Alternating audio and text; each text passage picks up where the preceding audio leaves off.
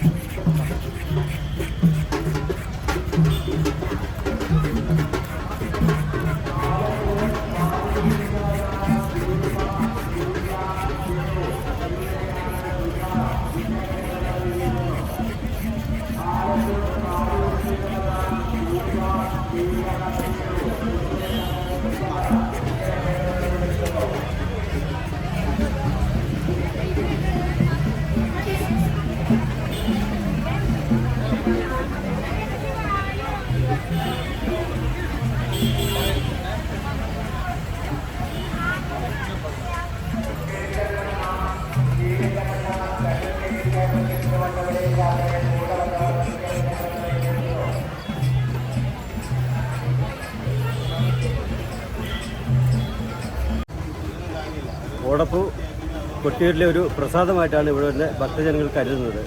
ലോകത്തിൽ ഓടപ്പൂ പ്രസാദമായിട്ട് ലഭിക്കുന്ന ഒരേ ഒരു ക്ഷേത്രം ഈ കൊട്ടിയൂർ ക്ഷേത്രം മാത്രമാണ്.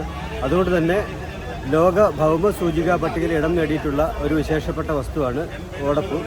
ആറന്മുള, കണ്ണാടി, അമ്പലപ്പുഴ പാൽപ്പായസം എന്നൊക്കെ പറയുന്ന പോലെ കൊട്ടിയൂരിനെ കേന്ദ്രീകരിച്ച് മാത്രമുള്ള ഒരു വിശേഷപ്പെട്ട പ്രസാദമാണ്.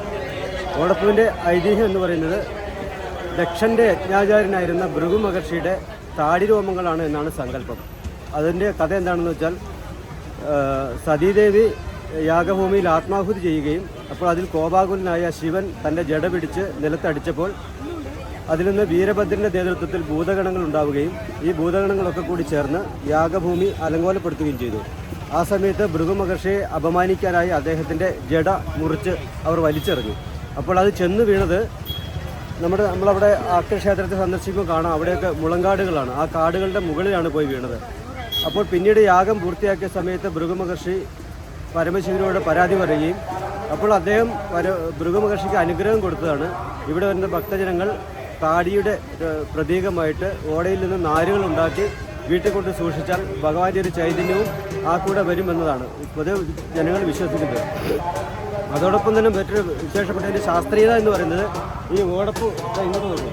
ഈ ഓടപ്പൂവിന് ഒരു ശിവലിംഗത്തിൻ്റെ ആകൃതിയാണുള്ളത്. ഇത് മറിച്ചിടുമ്പോൾ ഒരു ശിവലിംഗത്തിൻ്റെ രൂപമുണ്ട്.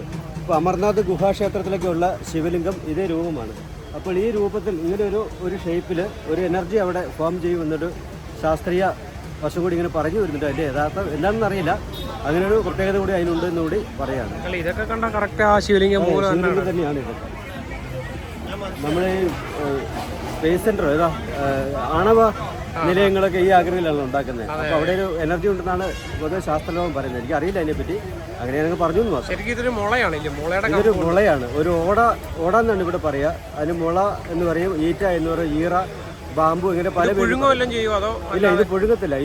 ഇതിൻ്റെ ഫ്രഷ് മുളയാണ് എടുക്കുക. മഴ പെയ്ത് ഇതിൻ്റെ പുതിയ മുള വരുമ്പോൾ ഇത് കാട്ടിൽ പോയി മുള ശേഖരിച്ച് കൊണ്ടുവന്ന് അതിൻ്റെ മുട്ടുകൾ ഓരോന്നായിട്ട് മുറിച്ച് അതിൻ്റെ പച്ചത്തൊലി ചീകിക്കളഞ്ഞ് അതിൻ്റെ അസംസ്കൃത വസ്തുവായ ഈ ഓട കല്ലിന്മേൽ കല്ല് വെച്ച് സ്റ്റമ്പ് പോലുള്ളത് കല്ലോ ചുറ്റിയോ കൊണ്ട് ഇടിച്ച് ചതച്ച് അത് പരുവപ്പെടുത്തി അതിനുശേഷം ഒരു ദിവസം വെള്ളത്തിലിട്ട് അത് പ്രോസസ്സ് ചെയ്ത് പിന്നീട് അത് പിഴിഞ്ഞെടുത്ത് ചീകി നാരുകളാക്കി അതേമാതിരി മറിച്ചിട്ട് വള്ളിയെടുത്ത് കെട്ടിയിട്ടാണ് ഓടപ്പൂ നമ്മൾ വിൽക്കുന്നത്.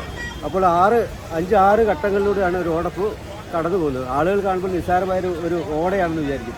പക്ഷേ ഒരു ഓടയിൽ നിന്ന് ഒരു ഓടപ്പൂവായി പരുവപ്പെടുന്നതിൽ അത്രയും പേരുടെ പിന്നിലെ അധ്വാനമുണ്ട്.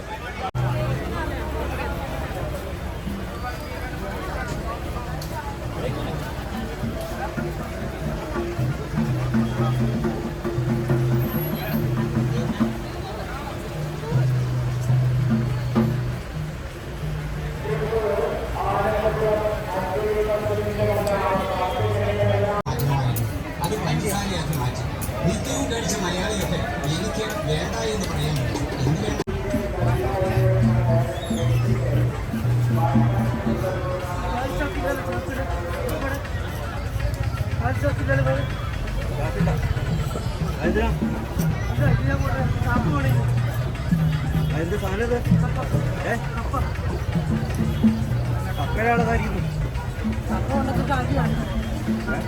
കപ്പ കണ്ടു അടയിലും കുറഞ്ഞിട്ട് കൊടുക്കാൻ